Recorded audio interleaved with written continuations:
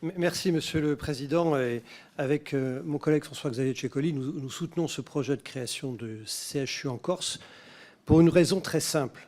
C'est que le problème majeur médical en Corse aujourd'hui, c'est la démographie médicale. Il y a peu de médecins et les médecins vieillissent. La proportion de médecins de plus de 60 ans, entre 2010 et 2024 en Corse, est passée à plus 105% en Corse du Sud et plus 163% en Haute-Corse. Donc il y a moins de médecins et ils sont plus vieux.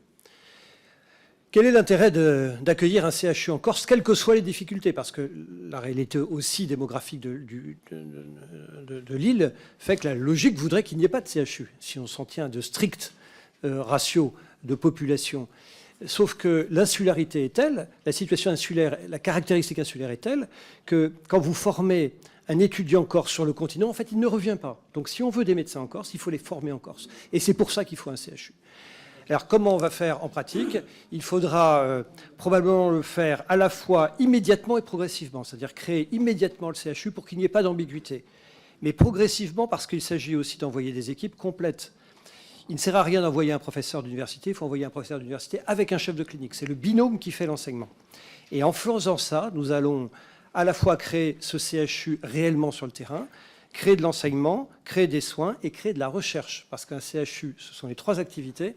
Et en faisant ça, grâce au CHU en Corse que nous allons, j'espère, voter aujourd'hui, eh bien, nous créerons aussi en Corse un pôle de compétitivité, ce qui sera un pôle de compétitivité de recherche. Voilà la raison pour laquelle nous soutenons sans ambiguïté ce beau projet de notre collègue Colombani de CHU en Corse.